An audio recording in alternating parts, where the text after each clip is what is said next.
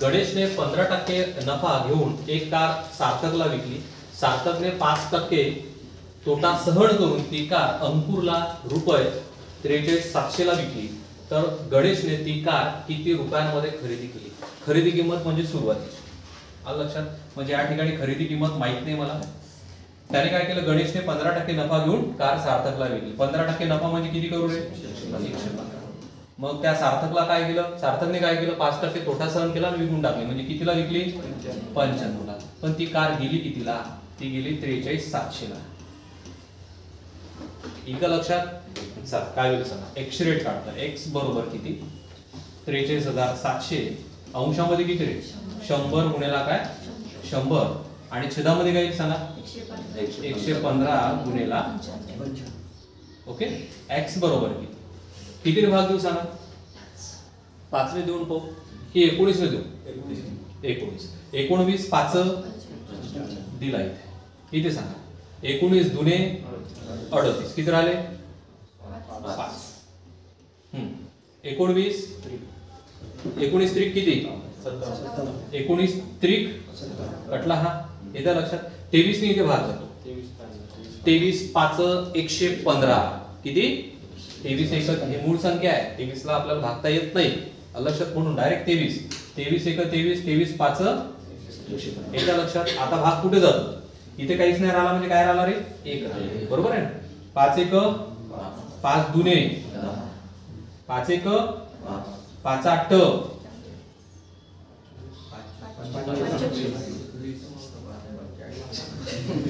5 चौक. हे लक्षात? हा सांगा. हा 4 पूर्ण मी इथे लिहिला. शून्य सांगा तुम्ही. 1 2 3 4. 1 2 3 4 म्हणजे किती? 1000 आहे का रे पर्यायामध्ये? चला लिहूया. किती? 1000. ठीक आहे.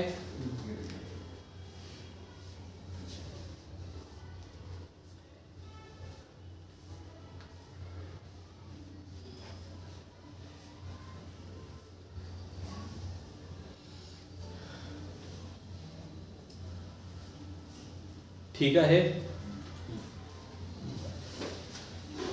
जायचं पुढे.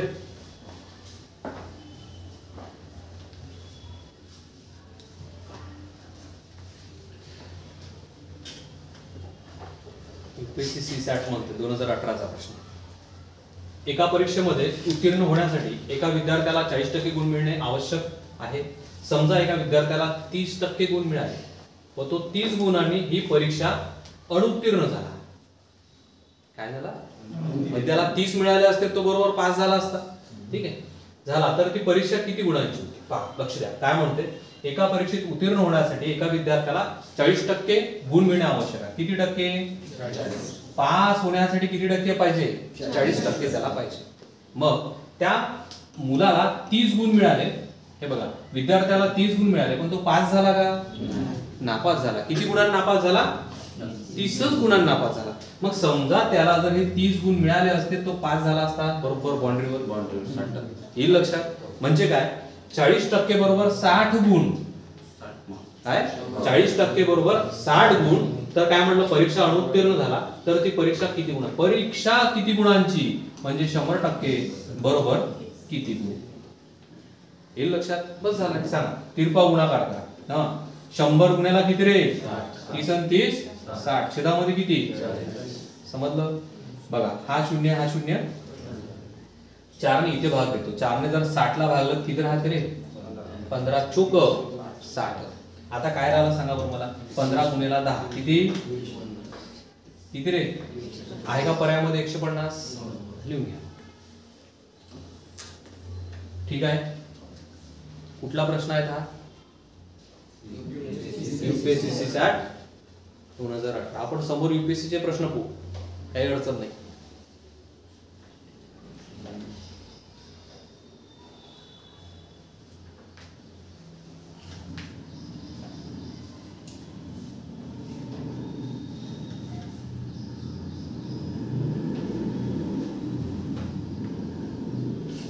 आता जागा निघाल्या त्याच्या धर्मादायच्या. आहे का कास्ट आपल्या? जे आहे ते टाकून द्या फॉर्म. हा बिंदास फॉर्म टाकायचे. रोड ना घ्यायचं.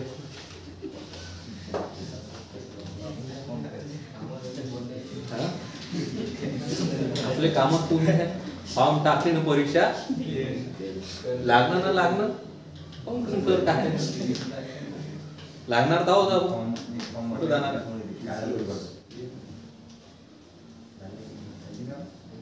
जायचं पुढे. ठीक आहे चला काय म्हणते पहा. एका निवडणुकीमध्ये 8% मतदारांनी मतदान केले नाही. या निवडणुकीत फक्त 2च उमेदवार होते. निवडून आलेल्या उमेदवाराला एकूण मतांची 48% मते मिळाली आणि त्याने 1100 मतांनी दुसऱ्या उमेदवाराचा पराभव केला. तर एकूण मतदार किती? एकूण मतदार किती? आता मला एक सांगा, एकूण मतदार काढण्यासाठी काय करावं? मतदार एकूण, पहिले एकूण पाहू आपण किती.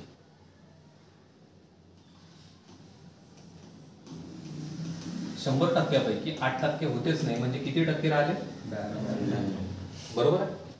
आता याच्यामध्ये उमेदवार होते, निवडून आलेला उमेदवार म्हणजे विजयी उमेदवार. कोणता निवडून आला म्हणजे विजयी उमेदवार. विजयी उमेदवाराला किती मिळाले? 48. मग जो पराजय झाला, ज्याचा जो हरला त्याला पराजय म्हणू आपण. तर त्याला किती मिळाले?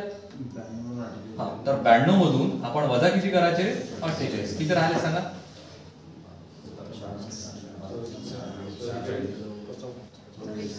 किती राहिले? 92 मधून 48 गेले, 44 राहिले. किती राहिले? 44 राहिले.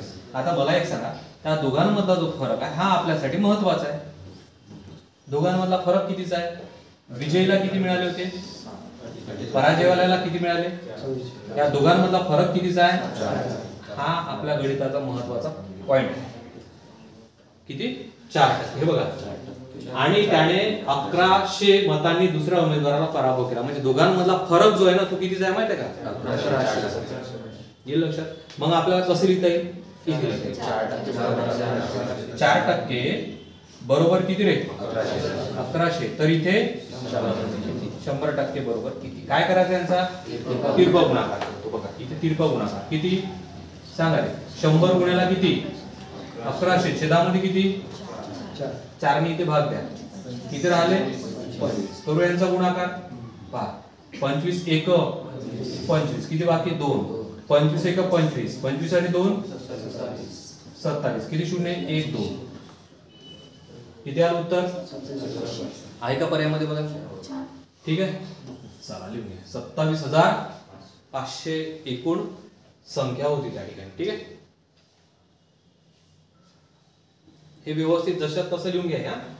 हे समजणं गरजेचं आहे.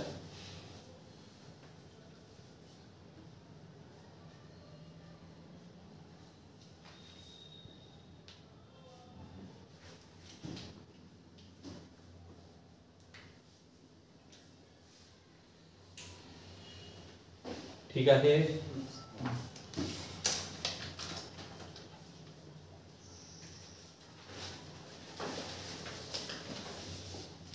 एका परीक्षेमध्ये एकूण विद्यार्थ्यांच्या 35% विद्यार्थी हिंदी विषयात नापास झाले, 45% विद्यार्थी इंग्रजीमध्ये नापास झाले, 20% विद्यार्थी दोन्ही विषयात नापास झाले. तर किती टक्के विद्यार्थी दोन्ही विषयात पास झाले? हे प्रश्न खूप आले आपण. आलं लक्षात? पास नापास, पास नापास सोपे असते. मला सांगा 35% विद्यार्थी हिंदीमध्ये काय काय झाले? पास की नापास? काय लिहू? नापास. इथे लिहितोय मी नापास. ओके सांगा. त्याच्यानंतर 45% विद्यार्थी इंग्रजीमध्ये नापास नापास. मग या विषयातला नापास याच्यात असू शकतो, याच्यातला नापास याच्यात असू शकतो. म्हणून आपल्याला ते काढून टाकण्यासाठी यांची पहिली बेरीज करायची. काय करायची? 5 आणि 5 10, 1 राहिला म्हणजे किती झाले? 80. 80 नापास झाले. पण 80 नापास मध्ये काय दोन्ही विषयात नापास असणारे पण असू शकते ना, पण ते मायनस करायचे. बघा झाले 20% दोन्ही विषयात नापास झाले. मग इथे 20% नापास वाले जे दोन्ही विषयातले ते काढून टाका. किती राहिले सांगा? 60% नापास हे उत्तर आहे. पण त्यांनी विचारलं काय शेवटी? तर किती टक्के विद्यार्थी दोन्ही विषयात पास झाले? दोन्ही विषयात काय पाहिजे आपल्याला? पास पाहिजे. हे काय झाले? म्हणून मला सांगा 60% नापास असेल तर 40% हे 40 आला कुठून? टक्केवारी 100 ची असते, 60 मायनस करा, किती राहिले? 40%. हे आपल्या प्रश्नाचं उत्तर आहे. 40% काय रे? काय रे 40%? 5 विद्यार्थी. ठीक आहे, चालेल. 5.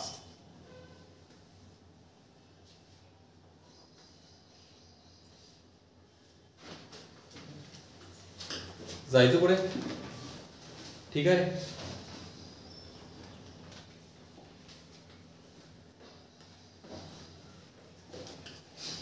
X आणि Y या दोन उमेदवारांनी एका निवडणुकीत सहभाग घेतला. निवडणुकीवर अजून एक प्रश्न आहे, त्याच्यापूर्वीच आपण काहीतरी सोडवलं.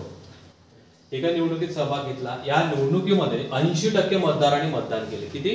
म्हणजे 20% केलेच नाहीये. ठीक आहे ना. आणि त्यापैकी एकही मत अवैध ठरले नाही. म्हणजे 80 पैकी 80नी मतदान बरोबर केलं, ठरले नाही. तसेच या निवडणुकीमध्ये नोटा नॉन ऑफ द अबव म्हणजे यापैकी नाही असा पर्यायच नव्हता. ठीक आहे ना, असं म्हटलंय त्यांनी. चा पर्याय उपलब्ध नव्हता. एकूण झालेल्या मतदानापैकी 56% इतकी मते एक्स या उमेदवाराला मिळाली आणि तो 1440 मतांनी निवडून आला. तर त्या निवडणुकीत एकूण मतदार किती होते? एकूण मतदार काढायचे. एकदम सोपं आहे. मला एक सांगा, विजयी जो उमेदवार आहे, आपल्याला एकच इथे महत्वाचा आकडा दिला त्याने, काय? 56. विजयी उमेदवाराला किती मिळाले रे? विजयी उमेदवाराला किती मिळाले? 56. हे लक्षात. 80% मतदानाचे नंतर कोई आपण, कारण एकूण मतदानापैकी म्हटलं पा, एकूण झालेल्या मतदानापैकीच हा आकडा आहे. लक्षात आला का? बघाचं गणित थोडं वेगळं होतं, ते पण पाहून घ्या. एकूण झालेल्या मतदानापैकी म्हणजे 80 पैकीच हा काय 56% असं म्हणूया आपण. हा 56% आहे. तर विजयी उमेदवाराला 56 आहे. तर हरणाऱ्या उमेदवाराला किती आहे रे? 100%तून 56 वजा करा, 44. किती? 44. आता या दोघांमधला जो फरक आहे आपला, हा महत्वाचा फरक असतो. दोघांमधला फरक कितीचा सांगा? 6 मधून 4 गेले, 2 बाकी, किती राहिले? हे 12% म्हणजे त्या दोघांमधला काय फरक असतो. आलं लक्षात? मग कसं काढून घेता येईल पहा. हे 12% बरोबर किती मताचा फरक आहे? 1440. तर आपण इथे काय लिहाल? 100% बरोबर किती? आपण काय काढत आहे? 100% काढत आहे सध्या, ते बाकीचं नंतर हो. येत्या लक्षात? याच्यासाठी तिरपा गुणाकार करतोय. कसा? बघा किती रे? 100 गुणेला 1440 भागेला किती? भागेला किती रे? 12. हा 12चा वर्ग आहे. येत्या लक्षात? मी 12 इथे घेतले. ठीक आहे. 0 1 2 3 1 2 3. हे काय झालं? पर्यायामध्ये आहे का? असं आहे, पण उत्तर हे नाहीये. उत्तर हे नाहीये. आता हे म्हणजे काय? 80%. हे म्हणजे काय? मग आपण असं लिहू ना, पहा 12,000 बरोबर काय रे? 80%. तर 100% बरोबर किती? आता निघेल फायनल उत्तर. कसं सांग? 12,000 गुणेला किती रे? 100 आणि छेदामध्ये किती? 80. ठीक आहे. 0 0 कटला जातो का इथे भाग? किती देऊ? 15 देऊ डायरेक्ट. 8 1 8 1 8 1 8. किती राहिले इथे? 4. 8 5 हा कटला. ओके. हा 15 मी पूर्ण इथे लिहितोय. 15 लिहिलं. 0 सांगा. 1 2 3 1 2 3. फायनल उत्तर काय आपल्या गणिताचं?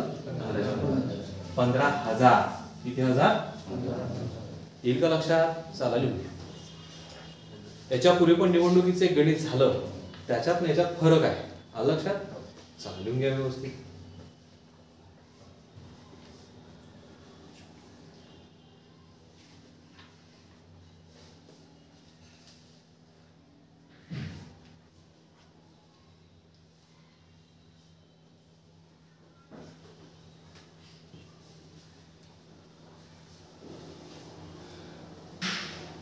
ठीक आहे.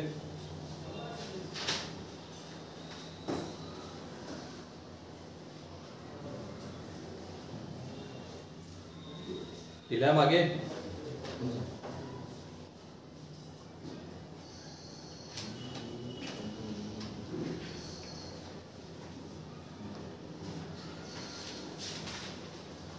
ठीक आहे.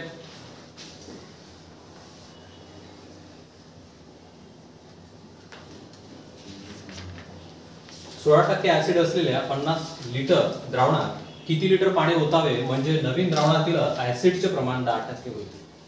नवीन द्रावणातील ऍसिडचे प्रमाण 10% होईल. म्हणजे काय करता येईल तुम्हाला, किती लिटर पाणी ओतलं पाहिजे आपण. आलं लक्षात.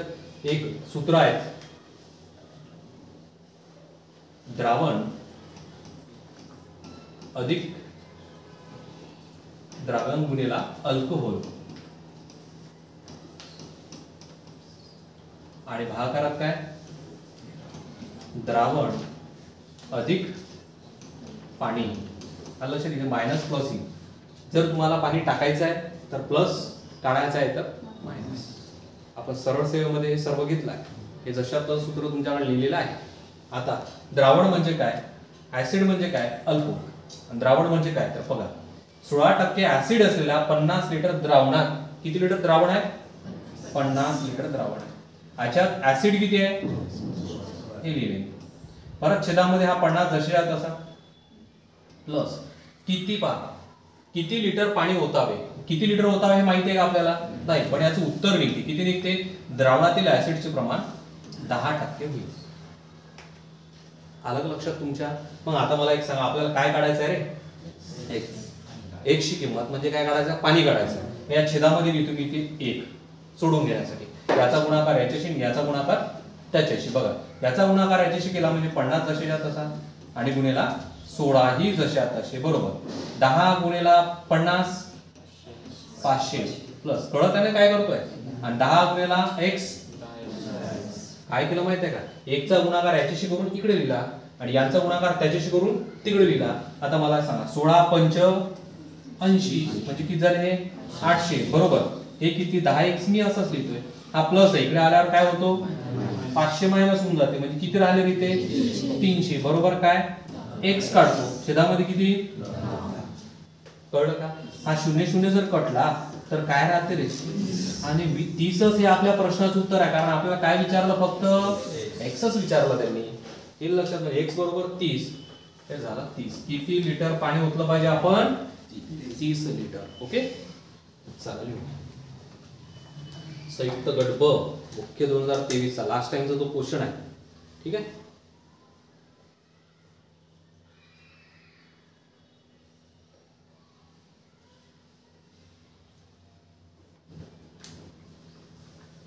लिहिलाय.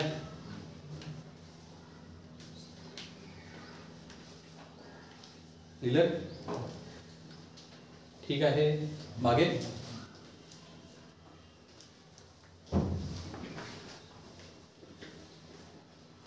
एका वर्गात 40% मुलांनी शिष्यवृत्ती मिळवली. किती, समजून घ्या प्रश्न, लिहून घेऊ नका, काही नका करू, बिलकुल लिहायचे. 40% मुलांनी शिष्यवृत्ती मिळवली. आता मुलं किती आहे ते माहित नाही, त्या मुलांपैकी किती 40% मुलांनी. जर 50 विद्यार्थ्यांना शिष्यवृत्ती, मुलांनी आणि विद्यार्थ्यांना फरक आहे.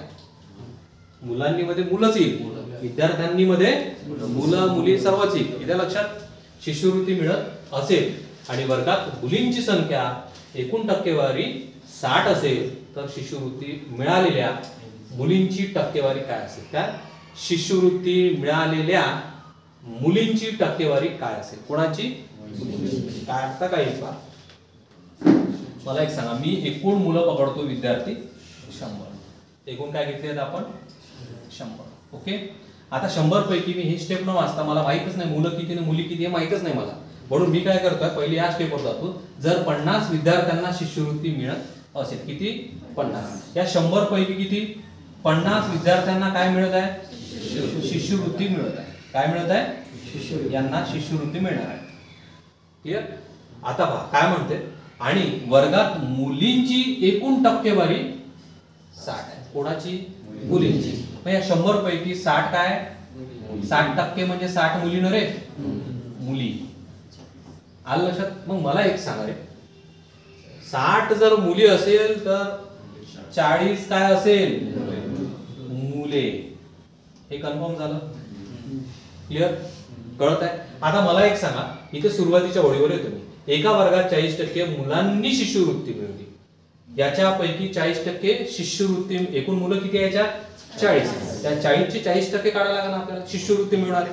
मग याचे मी 40% काढतो, 40 चे 40%. बघा 0.000004 16 विद्यार्थ्यांनी काय मिळवली, म्हणजे याच्यापैकी 16 विद्यार्थी हे काय शिष्यवृत्ती मिळविणारे आहेत. हे काय शिष्यवृत्ती मिळवणारे आहेत.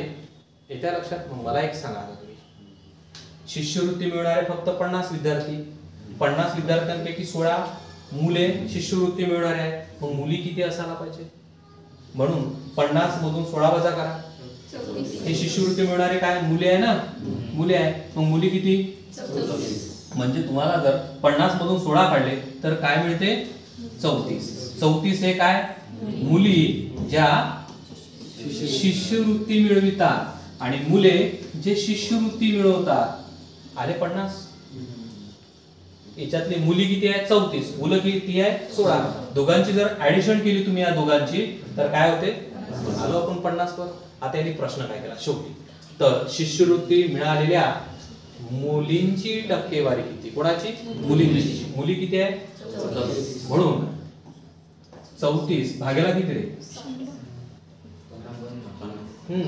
शिष्यवृत्ती मिळविलेल्या मुलींची टक्केवारी. मुलींची टक्केवारी, मुलींची फक्त मुली किती होत्या, त्याच्यापैकी 34 ला मिळाला, म्हणजे 60 गुन्हेला किती येते 100. चला सांगा 0 भाग जातो रे, राहू द्या. एक काम करूया आपण, यांचा गुणाकार किती 340 भागेला चालेल. हा 6 पंच 30 किती राहिले 4. हा 6 6 36 किती राहिले रे 4. एक्स्ट्रा 0.66. काय पर्यायामध्ये आहे काही, म्हणजे काही येईल लक्षात. चला हे आपल्या प्रश्नाचं उत्तर असेल 56.67%. क्लिअर, समजलं. ठीक आहे, नाही समजलं व्हिडिओ परत पाहायचा, येऊन जाते. ठीक आहे, पर्याय आपल्याकडे भरपूर.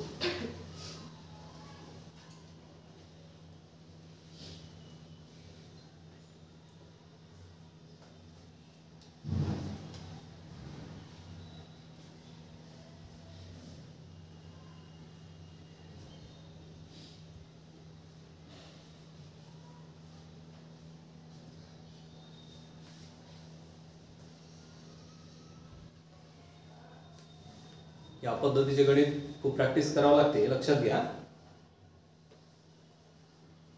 एकदा सोडवल्यानं होणार नाही ते.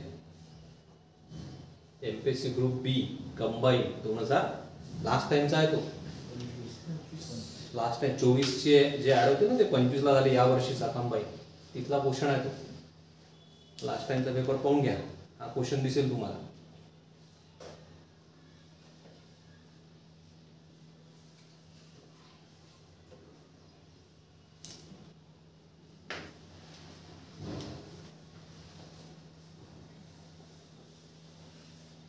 ठीक आहे,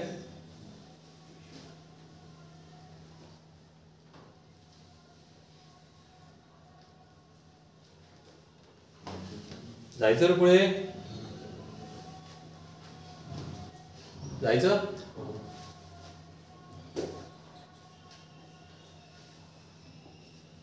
एका 100 विद्यार्थ्यांच्या वर्गातील 40 विद्यार्थी गणितात उत्तीर्ण झाले व 60 विद्यार्थी इंग्रजीत उत्तीर्ण झाले. 8% विद्यार्थी गणित व इंग्रजी या दोन्ही विषयात अनुत्तीर्ण झाले. काढता येईल ना क्वेश्चन. चला 5 नापास व्हावा. 100 विद्यार्थ्यांच्या वर्गातील किती म्हटलं रे, एकूण किती 40% कशात झाले, काय करू 40 विद्यार्थी गणितात उत्तीर्ण, म्हणजे 40 काय झाले पास. ओके, त्यानंतर 60% विद्यार्थी इंग्रजीत पास. यांची करतो टोटल, कारण दोन्ही काय आहे पास आहे असल्यामुळे. कारण याच्यातला विद्यार्थी याच्यात असू शकतो, याच्यातला याच्यात असू शकतो, जे दोन्ही विषयात आहे ते काढून टाकायचे आहेत आपल्याला. म्हणजे हे किती झाले एकूण 100 झाले. आता पहा 8 विद्यार्थी गणित व इंग्रजी या दोन्ही विषयात अनुत्तीर्ण. अनुत्तीर्ण म्हणजे काय, मग 8% नापास असेल तर आपल्याला सिरीज पासची पाहिजे. मग मला सांगा 92% काय असेल,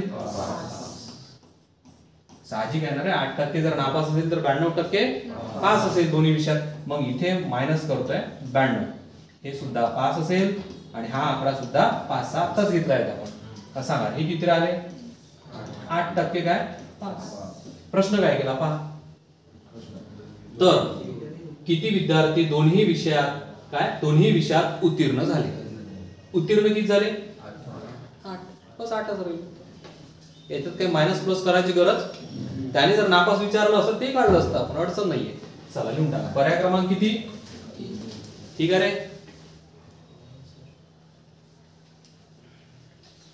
एमपीएससी गट ब संयुक्त पूर्वचा प्रश्न आहे. कधीचा? 22चा.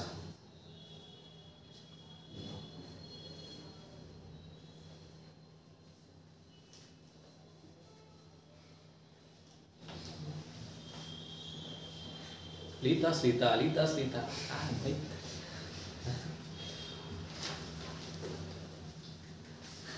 ठीक आहे. थकले का लिहून? हा, माणसं लावू आपण लिहून घ्यायला. लिहू. चला. बागेचे प्रवेश शुल्क 35% कमी केल्यामुळं येणाऱ्या प्रवाशांची संख्या 40% वाढली तर प्रवेश शुल्कामध्ये उत्पन्नात होणारा बदल हा काय असेल?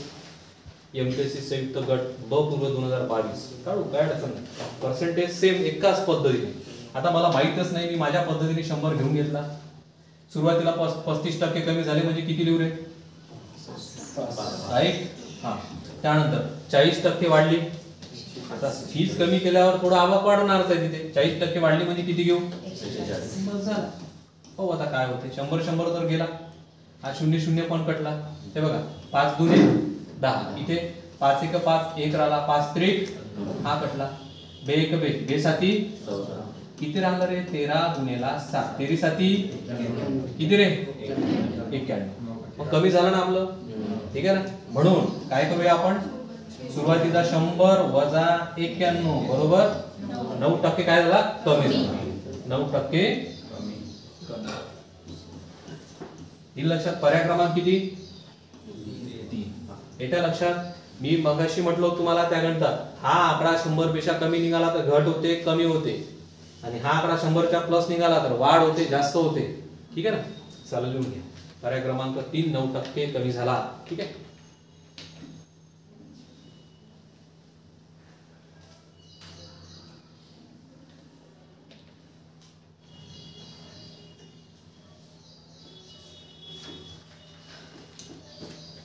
ठीक आहे रे.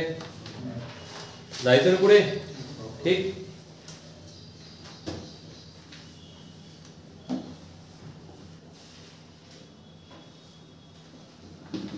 चला, आजचा शेवटचा प्रश्न. बाकी उद्याला बघणार आहेत आपण. काय म्हणते पहा. शहराची लोकसंख्या दरवर्षी 5% वाढते.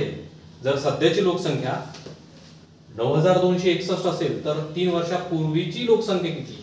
3 वर्षापूर्वीची. बघा, पूर्वीची लोकसंख्या मला माहित नाही, एक्स घेतोय. आता 5% ने वाढते म्हणजे काय करू? 105 भागेला असं कितीदा लिहायचं? 3दा. का बरं 3दा? 3 वर्ष. त्यांनी काय म्हटलं आपल्याला? 3 वर्ष म्हटलं. किती वर्ष म्हटलंय? बरोबर किती इकडे? 9261. किती? 9261. ही झाली आपल्या गणिताची मांडणी. बस एक पक्षांतर करून डायरेक्ट उत्तर काढून टाकू. पहा, एक्स बरोबर किती रे? 9261. अंशामध्ये काय देईल? 100 गुणेला 100 गुणेला 100. आणि छेदामध्ये काय येईल रे?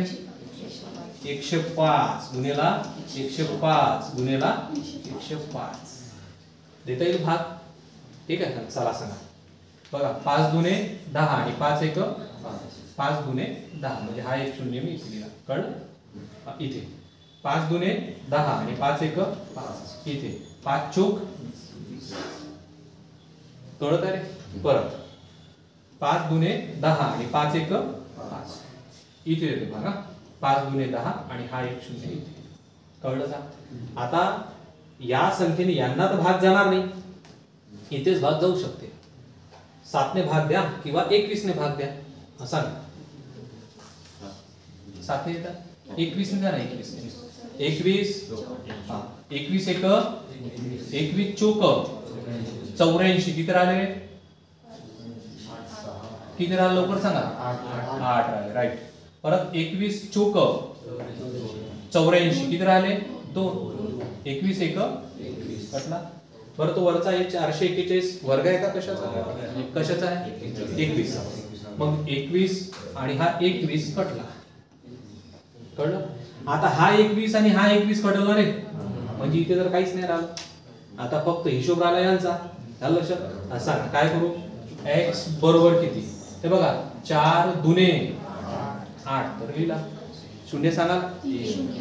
1 2 3 1 2 3. बघा बरं पर्यायामध्ये असा आकडा आहेत का? किती आहेत? पर्याय क्रमांक किती? येईल का लक्षात? हे झाले आपले आजचे किती प्रश्न? पूर्ण 20 प्रश्न. येईल लक्षात? कळलं का रे सर्व? अजून चांगलं कळण्यासाठी काय करावं लागते? आणि सोबत वारंवार रिव्हिजन मारावी लागते. ठीक आहे, लिहून घ्या. बाकी उद्याला बघूया आपण. ठीक आहे, चला आज थांबून.